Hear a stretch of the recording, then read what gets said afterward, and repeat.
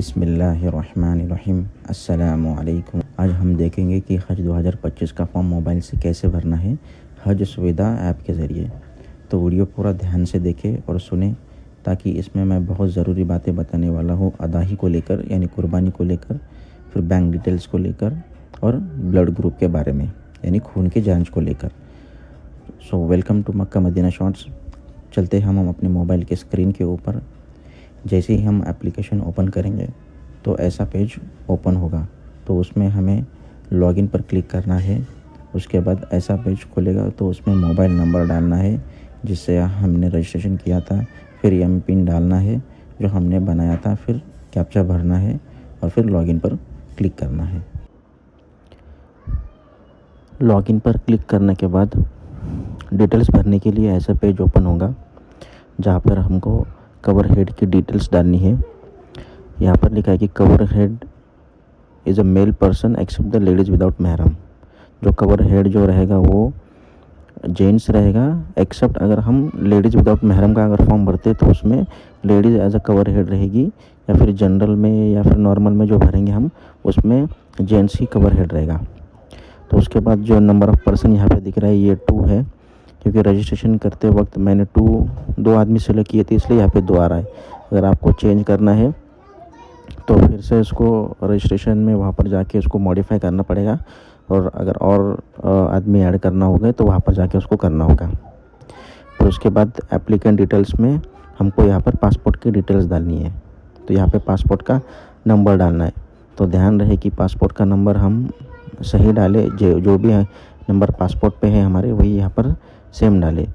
फिर उसके बाद प्लेस ऑफ इशू, कहाँ पर हमने पासपोर्ट बनवाया था वहाँ का डालना है। जैसे पुणे में बना है, मुंबई में बना है, तो वो यहाँ पर डालना है। फिर उसके बाद डेट ऑफ इशू, किस तारीख को पासपोर्ट बन गया था, इशू हुआ था, तो वो डेट यहाँ पे सेलेक्ट करनी है।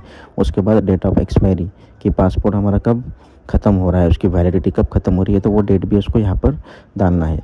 अगर पासपोर्ट की डिटेल्स डालने में अगर गलती हो गई तो जब हम लास्ट में फॉर्म सबमिट करेंगे तो वहाँ पे स्टेटस में फिर कुछ ना कुछ एरर आएगा हज कमेटी की तरफ से, फिर हमारा कवर नंबर जो है वो जनरेट नहीं होगा। इसलिए ध्यान रहे कि पासपोर्ट की डिटेल्स वगैरह सब हम सही डालें। उसके बाद हमारा यहाँ पे गिवन नेम, यानी पासपोर्ट पे जो हमारा फर्स्ट नेम है तो वो सेम नेम यहाँ पर डालना है। फिर उसके बाद लास्ट नेम डालना है इसमें, यानी सरनेम जो भी रहेगा वो डालना है यहाँ पर। फिर उसके बाद यहाँ पे डेट ऑफ बर्थ डालना है। जो भी हम डेट ऑफ बर्थ सेलेक्ट करेंगे तो इसके हिसाब से वो ऑटोमेटिक एज कैलकुलेट करके ले लेगा यहाँ पर। फिर उसके बाद प्लेस ऑफ बर्थ डालना है, जहाँ की हमारी पैदाइश की जगह है वो यहाँ पे सिलेक्ट करना है। फिर उसके बाद जेंडर सेलेक्ट करना है, मेल फीमेल जो भी है वो सिलेक्ट करना है। उसके बाद फादर्स नेम, वालिद का नाम डालना है, फिर वालिदा का नाम डालना है। फिर मैरिड स्टेटस डालना है कि मैरिड है, सिंगल है, वो यहाँ पे चूज़ करना है। फिर उसके बाद स्पाउस नेम, यानी वाइफ का नाम डालना है। फिर उसके बाद आता है ब्लड ग्रुप, कि हमारा ब्लड ग्रुप क्या है वो सिलेक्ट करना है। तो अगर किसी के पास किसी को ब्लड ग्रुप मालूम नहीं है तो वो ब्लड ग्रुप की टेस्टिंग कराए और उसके बाद यहाँ पर सही से डाले। क्योंकि अगर खुदा ना खास्ता, अल्लाह ना करे, अगर सऊदी अरब में जाकर अगर हमको खून की कुछ ज़रूरत पड़ती है, अगर हमने फिर ये हमारा ब्लड ग्रुप अगर दिया है तो हज कमेटी के पास इसका रिकॉर्ड रहता है, तो वहाँ पर आसानी के साथ हमको ब्लड मिल जाता है। तो इसको आप टेस्ट करके ही इसको सही डालें, ना कि अंदाजे से डालें। फिर उसके बाद एकोमोडेशन, जो कि अज़ीज़िया ही रहेगा बाय डिफ़ॉल्ट वहाँ पे। फिर लैंग्वेज जो सिलेक्ट करेंगे हज गाइड के लिए वो हिंदी करना है। उसके बाद हेल्थ डिटेल्स में जो है, अगर कोई हाइपरटेंशन है, डायबिटीज़ है, कैंसर है, तो उसको यहाँ पर टिक मार्क करना है। वरना अगर इसमें से कोई भी बीमारी नहीं है तो उसको नॉट एप्लीकेबल करें। अगर है डायबिटीज़ वगैरह तो उसको यहाँ पर सिलेक्ट करें। सिलेक्ट करने पर इसका कोई मसला नहीं आएगा फॉर्म में, यानी कि कैंसिल होगा, ये कुछ भी मसला नहीं आएगा। जस्ट ये इन्फॉर्मेशन के लिए रहता है कि हज कमेटी को मालूम रहे कि आपको ये बीमारी वगैरह है, तो बस उस हिसाब से। इसलिए अगर नहीं है तो इसको नॉट एप्लीकेबल सिलेक्ट करें। उसके बाद प्रेजेंट रेसिडेंशियल एड्रेस, तो एड्रेस में डालना है कि अगर हमारा एड्रेस जो पासपोर्ट पे अगर वही है तो इसको एस सेलेक्ट करना है। तो जो भी हमने ऊपर एड्रेस डाला होगा वो ऑटोमेटिक यहाँ पर ले लेगा। अगर वैसा सेम नहीं है तो उसको नो करना है। फिर आपको यहाँ पे एड्रेस प्रूफ भी देना पड़ेगा, आधार कार्ड, वोटर आईडी जो भी है इसको यहाँ पर सिलेक्ट करना पड़ेगा। तो फिलहाल मैं इसको यस सिलेक्ट करता हूँ। फिर उसके बाद ये एड्रेस में ये सब ऑटोमेटिक ले लेगा। और अहम पॉइंट जो है वो एम्बारकेशन पॉइंट को लेकर है।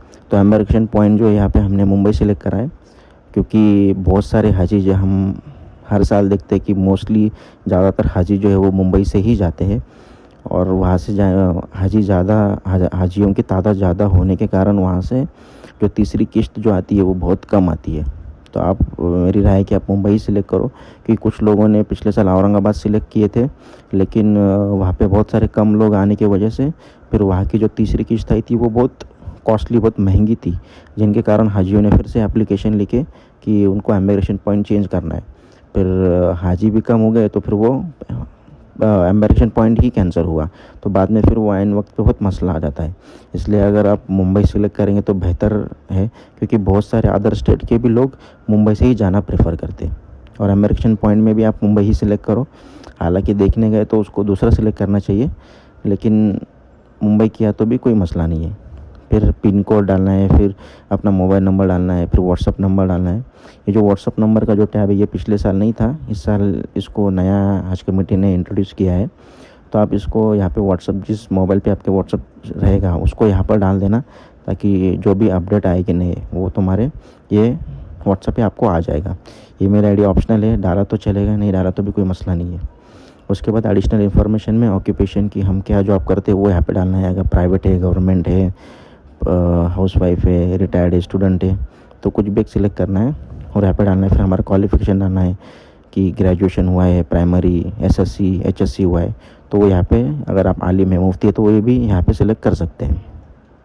फिर आधार कार्ड, पैन कार्ड यहाँ पे डालना है, ज़रूरी नहीं है, नहीं डाले तो भी कोई मसला नहीं है। फिर नॉमिनी की डिटेल्स डालनी है। तो ज़रूरी नहीं जो हमारे साथ में हज को आ रहा हम उसी को नॉमिनी बनाए, यानी जैसे कि वाइफ को बनाया, हस्बैंड को बनाया, ज़रूरी नहीं है उनको ही बनाए। जो घर पे जो भी अपने ब्लड रिलेशन, जो खून के रिश्तेदार जो भी रहेंगे, आपने उनको भी नॉमिनी बनाए तो भी चल जाएगा, कोई मसला नहीं है। फिर नॉमिनी के फादर्स का नाम वो डालना है। फिर नॉमिनी के साथ आपका क्या रिलेशन है, भाई है, बहन है, वालिद है, वालिदा है, वो सब आपको डालना है। फिर जो भी जिसको भी हम नॉमिनी बनाएंगे उसका कंप्लीट एड्रेस डालना है, उसका स्टेट, कौन से स्टेट में रहते हैं, डिस्ट्रिक्ट, उनका पिन कोड, उनका आधार कार्ड। वो आधार कार्ड वगैरह नहीं डाला तो भी कोई मसला नहीं है, लेकिन उनका मोबाइल नंबर यहाँ पे डालना ज़रूरी है। फिर उसके बाद बैंक की डिटेल्स। तो बैंक की डिटेल्स है, ये बहुत अहम पॉइंट है। जो बैंक की हम जो भी डिटेल्स डालेंगे उसको एकदम क्रॉस वेरीफाई करेंगे और सही सही डालेंगे। और बैंक की डिटेल्स डालने से पहले हम ये भी देख ले कि हमारे पास इसका चेक बुक है या नहीं है, क्योंकि जब हम फॉर्म भरेंगे, जब इसको सबमिट करेंगे तो हमको चेक बुक के भी, कैंसिल चेक बुक की भी कॉपी अटैच करना पड़ती है। तो पहले हम देखें कि चेक बुक हमारे पास है क्या नहीं है, वो भी चेक करना है। फिर सब डिटेल क्रॉस वेरीफाई करना है, ताकि जब जो भी हम पेमेंट हज कमेटी को करेंगे, अगर मान लो हमने अगर ज़्यादा पेमेंट हमारी तरफ से गया है, मान लो कि हमने कुर्बानी के टाइम यस किया था और हमने पेमेंट सब किया था कुर्बानी के पैसे को पकड़ के, लेकिन अगर आखिरी वक्त में अगर हमको उसको कैंसिल करना पड़ा तो हज कमेटी वो पैसे लगेज हमको नहीं देंगी, वो हज से आने के बाद वो हमारे अकाउंट में डालेंगी। तो ये जो भी हम अकाउंट यहाँ पर डालेंगे वो सही होना ज़रूरी है, ताकि जो भी हज कमेटी बचे हुए पैसे हमको डालेंगी तो वो पैसे वो हमारे अकाउंट में आ जाए, इसलिए इसको क्रॉस वेरीफाई करना है। फिर उसके बाद अदर डिटेल्स में हमको डालना है कि आर यू परमिसिबल रिपीटर महरम। अगर आपने एक बार हज किया है और आप अभी किसी और के साथ जाते हो एज अ महरम बन के, जैसे पहले आप अपने वाइफ के साथ किया था, फिर आप बहन के साथ जाते हो या अम्मी के साथ जाना चाहते हो, तो आप उसको यस करेंगे। अगर आप पहली बार जा रहे हो तो इसको नो करना है यहाँ पर। और do you want to perform अदा ही कुर्बानी, तो इसको आपको यस करना है यहाँ पे। अगर आप चाहते हो कि कुर्बानी हज कमेटी करे आपकी कुर्बानी, तो आपको इसको यस करना है या फिर उसको नो करना है। तो मेरी तो पर्सनल राय यहाँ पर ये रहेंगी कि आप इसको नो ही करो, ताकि जब 10 जिलहिज्जा को जब हम मुज़दलिफ़ा से जमरात की तरफ जाते हैं कंकरी मारने के लिए, तो अगर मान लो उस दिन अगर हमको लेट हुआ जाते वक्त, अगर हम जल्दी नहीं गए, तो 10 जिलहिज्जा को हज अदा ही जो ऑर्गेनाइजेशन है वो जो 10 बजे के बाद से कुर्बानी करना चालू कर देते हैं, क्योंकि उनके पास लाखों की तादाद रहती कुर्बानी करने के लिए, इसलिए वो 10 बजे से चालू कर देते। मान लो अगर हमको वहाँ पर कंकरी मारने में अगर लेट हुआ और उसके पहले ही हमको मैसेज आ गया मोबाइल पे या फिर ऑनलाइन जो स्टेटस चेक करते हैं, अगर वहाँ पर दिख रहा है हमारा स्टेटस कि तुम्हारे एग्जीक्यूट ऐसा दिख रहा है, अगर तुम्हारी कुर्बानी हो गई, तो फिर वो हम पर दम वाजिब हो जाएगा, क्योंकि हनफी के नज़दीक, मसले के नज़दीक तरतीब वाजिब है। पहले हम शैतान की रमी करेंगे, यानी शैतान को कंकरी मारेंगे, फिर कुर्बानी करेंगे, फिर हलक करेंगे। अगर कंकरी मारने के पहले ही अगर हमारी कुर्बानी हो गई तो हम पर दम वाजिब हो जाएगा। इसलिए बेहतर ये है कि आप इसको नो ही करो, क्योंकि ताकि जब आप सऊदी अरब में जाओगे, अज़ीज़िया में जाओगे, तो वहाँ पे बहुत सारे लोग होते हैं, क्योंकि पिछले साल के भी हमारे हाजी जो रहते वो वहाँ पर कुर्बानी कर चुके रहते, तो उनसे कुछ कांटेक्ट लेके आप वहाँ पे भी कुर्बानी कर सकते हैं। वो लोग भी जेन्युइन रहते हैं कुछ, लेकिन सब जेन्युइन नहीं रहते, तो इसलिए आपको देख के करना है, क्योंकि वहाँ पे भी कुछ लोग रहते हैं जो फ्रॉड करते हैं। इसलिए आपको जेन्युइन आदमी को देख कर ही देना है। और या फिर अपने स्टेट में क्योंकि कुछ लोग भी रहते हैं जो खिदमत करते हैं सऊदी में, वहाँ पर वो भी कुर्बानी करते हैं, तो आप उनको यहाँ पर भी पैसे दे सकते हो और वो भी वहाँ पे आपकी कुर्बानी आसानी के साथ कर सकते हैं। इसलिए इसको आप यहाँ पर नो करेंगे तो बेहतर रहेगा इंशाल्लाह। फिर उसके बाद ऑप्टिंग जोहफ़ा एज अ मीकात, तो इसको भी नो करना है, क्योंकि जो शिया लोग हैं उनके लिए उनकी मीकात जोहफ़ा रहती है, वो वहाँ से जाते हैं, और हमारे लिए तो एलमलम ही हमारी मीकात रहती है, तो इसको भी आप नो करना है। उसके बाद NRI, इसको भी नो करना है। और फिर are you person with disability, तो इसको भी नो करना है। अगर कोई है जिसको जो चल नहीं सकता, किसी के सहारे की उसको ज़रूरत पड़ती है, तो उसको आप यहाँ पर यस कर सकते हैं। फिर उसके बाद हम चलते हैं दूसरे पेज पे, जो को पिलग्रिम 1 है, तो उनकी भी हमको यहाँ पर डिटेल्स डालनी है। उनका जो है पासपोर्ट नंबर यहाँ पर डालना है। फिर उनका भी सेम जो भी हमने कवर हेड का जो डाला है वो भी डिटेल्स सेम वैसे भी इधर ही भरना है। सिर्फ जो दूसरा हाजी रहेंगे उनकी डिटेल्स यहाँ पे डालना है। जैसे प्लेस ऑफ इशू हो गया, date of issue, date of expiry, जो उनका नाम है, गिवन नेम पासपोर्ट के हिसाब से वही उनका भी डालना है, डेट ऑफ बर्थ डालना है, उस हिसाब से उनकी एज भी ले लेगा।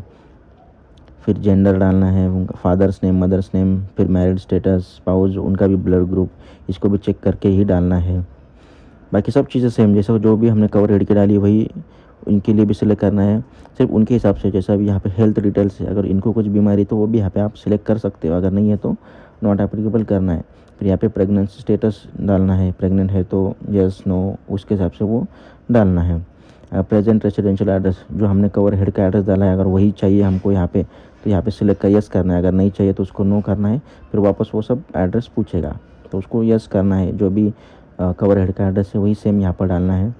फिर ये सब ऑटोमेटिक वो सब डिटेल्स ले लेगा। एम्बार्केशन पॉइंट भी उनका ऑटोमेटिक यहाँ पे आ जाएगा, क्योंकि हमने कवर हेड का जो चूज़ किया है वही यहाँ पे आएगा। उसको यहाँ पे हमको ऑप्शन नहीं मिलेगा, क्योंकि सब एक जो कवर हेड ने डाला है वही यहाँ पर आएगा। फिर पिन कोड, ईमेल, फिर इनका भी मोबाइल नंबर डालना है, व्हाट्सअप का नंबर डालना है। फिर ऑक्यूपेशन क्या है, हाउस वाइफ है, कोई जॉब करते हैं तो जॉब, वो सब डिटेल्स यहाँ पे डालना है। फिर इनको भी नॉमिनी डिटेल्स डालना है। अगर सेम एज कवर हेड का डालना है तो इसको यस कर सकते हो, या फिर किसी और को नॉमिनी बनाना है तो उसको नो करके उनकी डिटेल्स यहाँ पर डाल सकते हो। फिर उसके बाद हम जाएंगे महरम डिटेल्स में। जो भी कवर हेड रहेगा वो लेडीज़ का महरम रहेगा, तो कवर हेड की जो भी डिटेल्स आएंगी वो यहाँ पर आएंगी। उनका रिलेशन क्या है कवर हेड के साथ, भाई है, हस्बैंड है, वो सब डिटेल डालना है। फिर कवर हेड का जो भी पासपोर्ट रहेगा, यानी जो भी महरम कवर हेड ही रहेंगे तो उनका पासपोर्ट नंबर भी यहाँ पे डालना है। फिर बैंक डिटेल्स भी सेम ही डालेंगे तो बेहतर रहेगा, क्योंकि अलग अलग करने में फिर वो बहुत मसला हो जाता है, इसलिए सेम ही करेंगे तो बेहतर रहेगा इंशाल्लाह।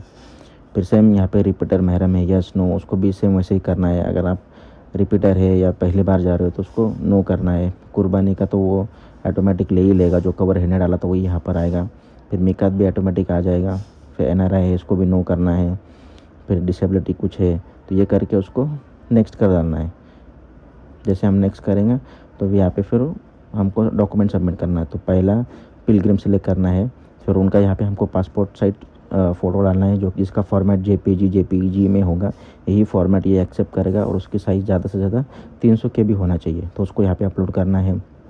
फिर उसके बाद पासपोर्ट का फर्स्ट पेज जो रहेगा, सामने का पेज, उसको डालना है। उसके भी 300 KB से कम ही फाइल चाहिए, ज़्यादा नहीं चाहिए। फिर उसके बाद पासपोर्ट का जो लास्ट पेज है जिस पर एड्रेस वगैरह रहता है वो यहाँ पर डालना है। फिर उसके बाद एड्रेस प्रूफ डालना है, आधार कार्ड हुआ, वो सब एड्रेस प्रूफ वो लगेगा, लाइट बिल, ये सब चीज़ आप यहाँ पर डाल सकते हो।